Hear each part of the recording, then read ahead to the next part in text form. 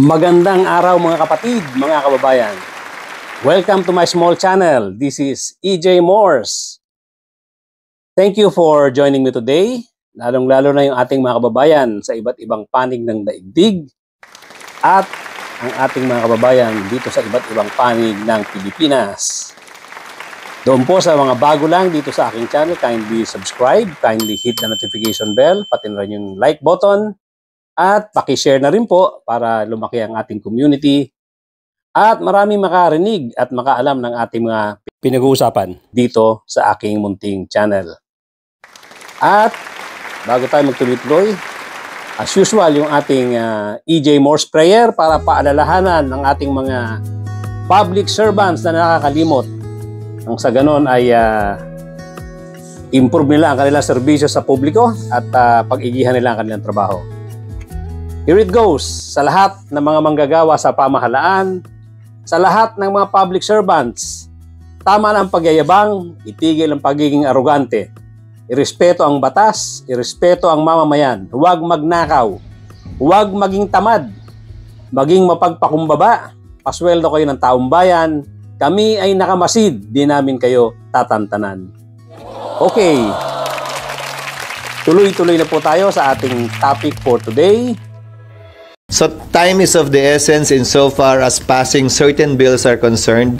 Third reading, kailangan pa ng BICAM. Ang susundin naming lahat, ang desisyon ng plenaryo ng mas nakararami. Balikan natin yung issue tungkol dito kay SP, Chis Escudero. This is of course regarding impeachment case of VP Sara Duterte. Alam nyo, nagtiis tayo, nag-antay tayo ng buong tiyaga doon sa sinabi niyang schedule na umabot ng roughly 4 months. Yung sinasabi niyang calendar na susundin tungkol nga dito sa schedule ng pagbabasa ng articles of impeachment. So, walang nagawa yung mga expert opinions, yung mga legal luminaries, yung mga member ng Senado, mga naging Senate President, yung mga opinion na sinasabing yung forthwith dapat nangangahulugang agad-agad. Marami pong nagsabi niyan. Pero nanaig itong si Chis Escudero na nasabihan nga natin na masyadong arrogante. Feeling niya, siya ang CEO ng Senado, na siya na lang ang dapat masunod. Pero yun na nga, sa dinami-dami na nagbigay ng opinion, mga dating Supreme Court Associate Justices, mga dating member ng Senate, wala pong nagawa yan kay Chis Escudero. Kahit paulit-ulit, lahat na lang ng dictionary binuksan natin, binasa natin, isinite natin sa ating mga sinasabi na yung forthwith, ibig sabihin yan, without delay, kaagad-agad. Ito nga, sinasabi sa Constitution, in case the verified complaint or resolution of impeachment is filed by at least 1/3 of all the members of the House, the same shall constitute the articles of impeachment, and trial by the Senate shall forthwith proceed. Malinaw ng pinaw po yan na sinasabi sa Constitution. Ang sinasabi pa nga rito, at least 1/3. 1/3 lang ng all the members of the House. Mahigit 1/3 po eh. Mahigit 1/3. Nag 3/4 yata. 240 or 230 plus. At may mga humahabol pa nga dyan. May mga humabol pa after ng mga signing ng pag-endorso dyan sa complaints na yan. So, ibig sabihin, napakadaming tao ang nire-represent nitong mga congressmen na to na nag-endorso nitong impeachment complaints. Kaya nga isang issue rin dyan, nung panahon ng mga pinagtatalunan yan, isang issue rin dyan, yung sinasabi ni Chis Escudero na wala naman daw clamor. Kaya nga sinite ko yung clamor na yan doon sa isa kong episode na hindi pa ba enough clamor yung 230 plus congressmen ang nag-endorso dyan. Isipin nyo na lang, ang bawat isang congressman, ilang tao ang nire-represent yan? Milyon-milyon yan. Dahil lang isang congressman may nire-represent isang distrito. Sa isang distrito, ilan mga botante dyan? Or ilan ang population ng isang distrito na nire-represent ng congressman? Kung 230 plus yan, ilang milyon yan ang nire-represent ng mga congressmen na yan na nag-endorso ng impeachment na yan. Kaya nga, nakakatawang sabihin ni Chis Escudero na wala daw namang clamor. At meron nga daw sumulat sa kanya na parang iilan lang yon, parang tatatlo yata. Kaya nga sabi niya, walang clamor eh. Nasaan ang clamor?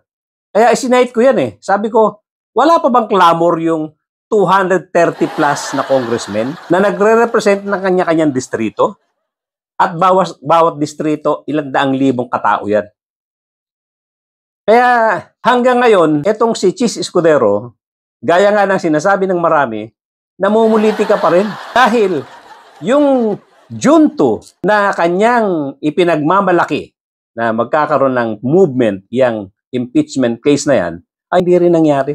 Biglang-bigla, binabago niya rin. Eto na naman siya. Binago niya na naman at siya na naman ang nasunod.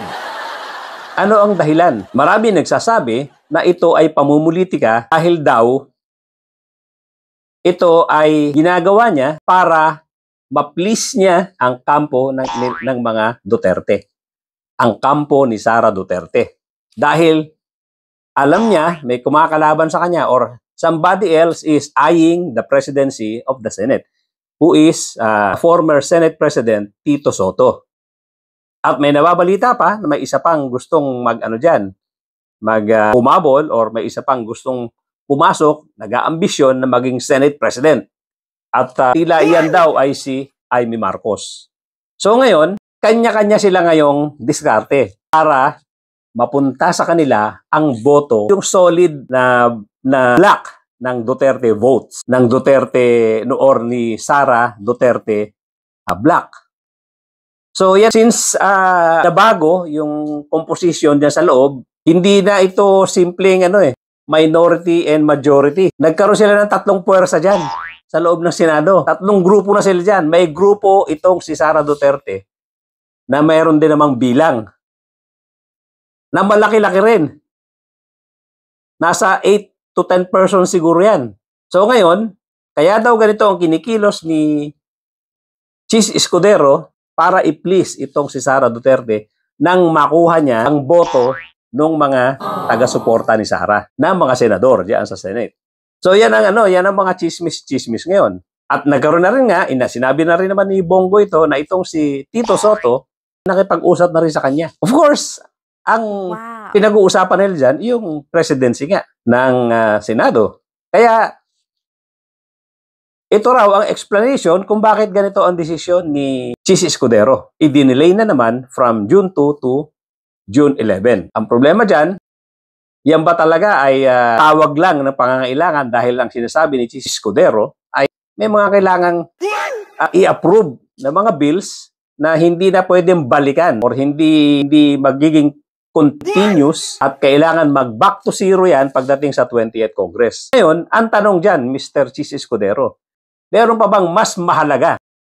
Saan sa impeachment case ni Sara Duterte na ang accusation ay pagnanakaw ng pera? Yan po ang katanungan. Okay, may mga nakapending kayo na bills na very important din na hindi na kayang dahil sa kakulangan sa oras ay baka mag-back to zero yan. Kailangan i-refile yan sa susunod na Congress. Ang problema mo, Chis Escudero, parang binabaliwala mo kung gaano kahalaga itong impeachment case na to. Kaya marami nagsasabi na ginagawa mo lang itong pandidelay na to para nga i-please ang kampo ni Sara Duterte.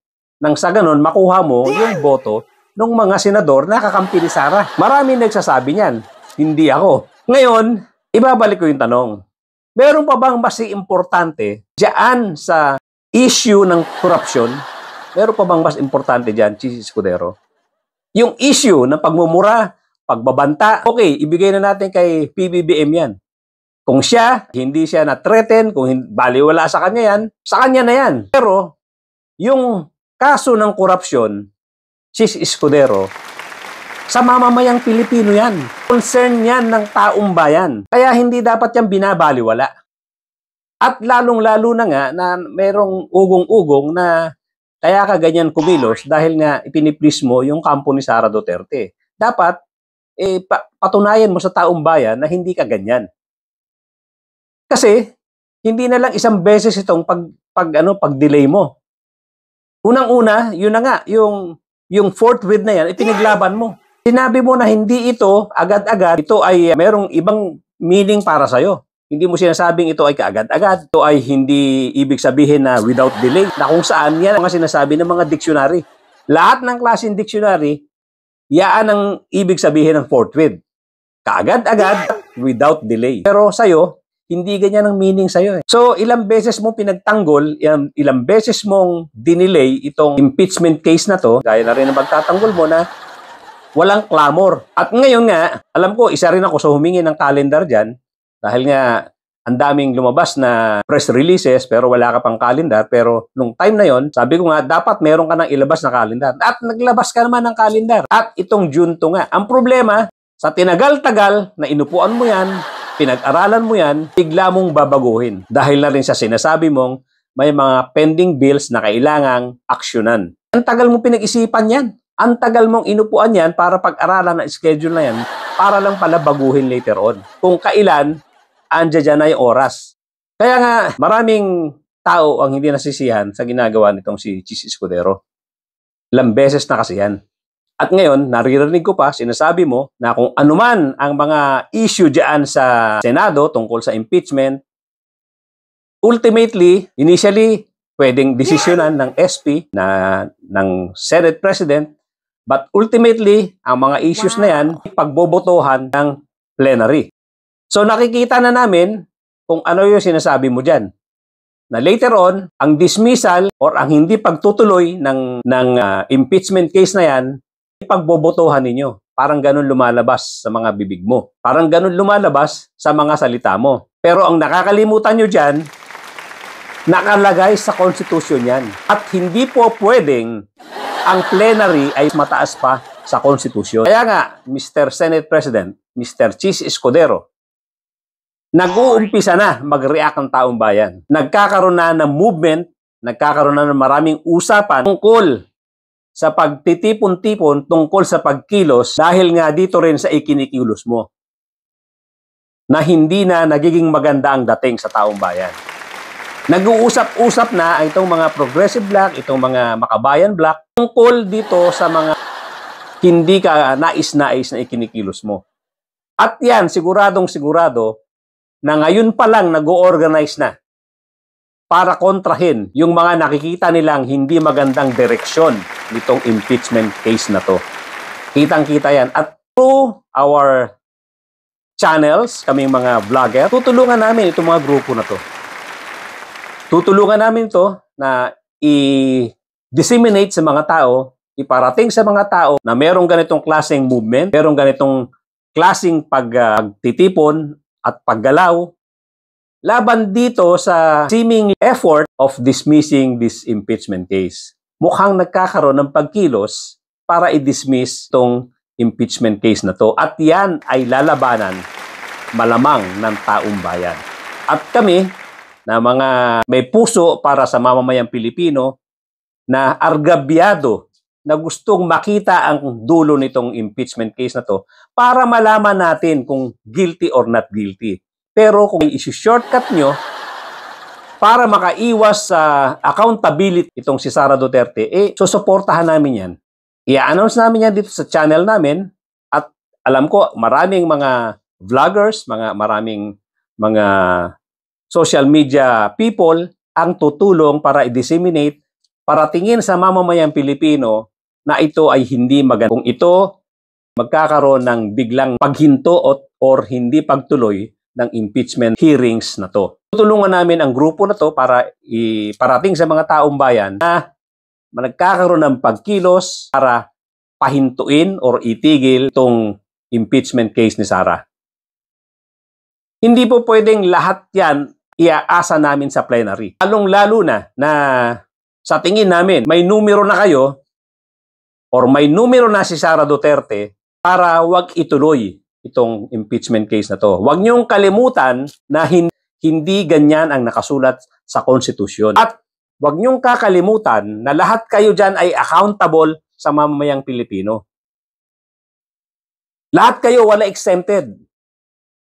Mula sa pinakamababang pwesto hanggang sa pinakamataas na presidente ng Pilipinas, lahat kayo accountable sa mamamayang Pilipino, lalo na yung paggasta ng pera. Kaya hindi nakakatuwa kung ito man ay plano talaga ninyong ihinto. Pagtutulong-tulungan ng social media yan na paratingin sa mamamayang Pilipino, pag yan ay hindi nyo itinuloy. Pararatingin sa mamamayang Pilipino na hindi maganda ang ginawa ninyo. At mayroong pagkilos para suportahan ang mga senador na gustong ituloy ang impeachment case na yan o paglilitis ng impeachment case na yan. Kaya sana hindi totoo ang ugong-ugong or ang pakiramdam ng ibang tao, ang perception ng ibang tao na yan ay may plano na hinto ng ilang tao dyan sa Senado. At kung yan ay mangyayari, sabi ko nga, maraming mga social media people ang tutulong na disseminate ang hindi magandang ginagawa ng Senado kung yan nga ang plano ninyo. Remember this, nakasulat sa konstitusyon, lahat kayo na mga public servants ay accountability, may pananagutan. Kaya hindi po pwedeng politika lang ito. Hindi po pwedeng kampihan-kampihan lang ito. Hindi po pwedeng maghahangad lang kayo ng inyong political plans, political future, kaya nyo ginagawa ang inyong mga shortcut na gagawin. Kaya mga kapatid, mga kababayan, pagtulong-tulungan po natin, i-disseminate, ipaarating sa mga mamamayang Pilipino, pag ang mga senador natin pinigil ang pagtuloy nitong impeachment case na to, ibig sabihin, argabyado na naman ang mamamayang Pilipino. At itong mga public servants na to ay ayaw managot, ayaw nilang sagutin ang mga katanungan ng mamamayang Pilipino, paano nila ginagastos ang pera ng taong bayan. Hanggang dyan lang po muna, mga kapatid, mga kabayan. Thank you so much. At doon po sa bago lang dito sa aking channel, kindly subscribe, kindly hit the notification bell. Pati na rin po yung like button. At please share this vlog para po marami makaalam. Lumaki ang ating community na sa ganun. Itong mga politicians na hindi maganda ang plano para sa bayan, mapakitaan natin ang puwersa ng mamamayan. Para magbago sila, magpakatino sila dahil tayong mamamayang Pilipino ang dapat pinagsisilbihan nila ng buong katapatan. Hindi yung puro kapakanan lang nila. Binoboto natin sila, nilalagay natin sila dyan, dapat magserbisyo sila na maayos. Ang laki po ng perang ginagastos nating mamamayang Pilipino sa mga yan.